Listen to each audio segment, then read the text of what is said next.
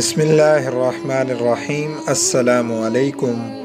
پیارے دوستو، ایک بادشاہ لوگوں پر بہت ظلم کرتا تھا، اپنی رعیت پر طرح طرح کی سختیاں کرتا تھا اور بے شمار لوگوں کو اس نے قید میں ڈال رکھا تھا۔ ایک دفعہ اس کے بدن پر موذی پھوڑا نکل آیا جو کسی طرح بھی ٹھیک ہونے کا نام ہی نہ لیتا تھا۔ اس کی تکلیف سے بادشاہ سوکھ کر کانٹے کی طرح ہو گیا۔ ایک درباری نے اس کو بتایا کہ حضور، اس شہر میں ایک عمر رسیدہ بزرگ ہیں، اگر آپ ان سے دعا کرائیں تو امید ہے کہ اللہ تعالیٰ آپ کو شفا دے گا۔ بادشاہ نے ان کو بلاوا بھیجا اور دعا کی درخواست کی۔ انہوں نے کہا، بادشاہ سلامت، میری دعا آپ کے لیے مفید ثابت نہیں ہوگی، کیونکہ آپ کے ہاتھوں بے گناہ لوگ قید و بند کی سختیاں جھیل رہے ہیں اور ان کی بد دعائیں آپ کا پیچھا کر رہی ہیں۔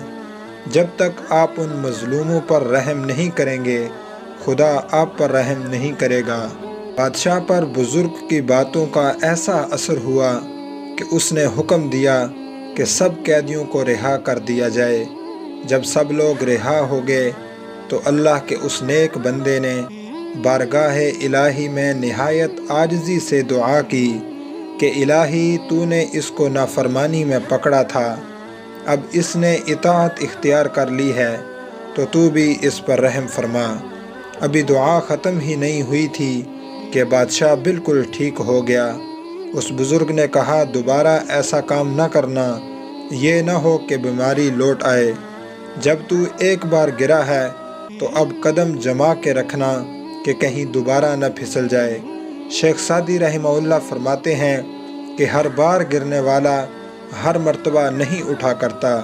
پیارے دوستو، ایسی ہی مزید ویڈیوز دیکھنے کے لیے ہمارا چینل دستور حیات سبسکرائب کر لیں۔ اپنا بہت سا خیال رکھیں۔ السلام علیکم۔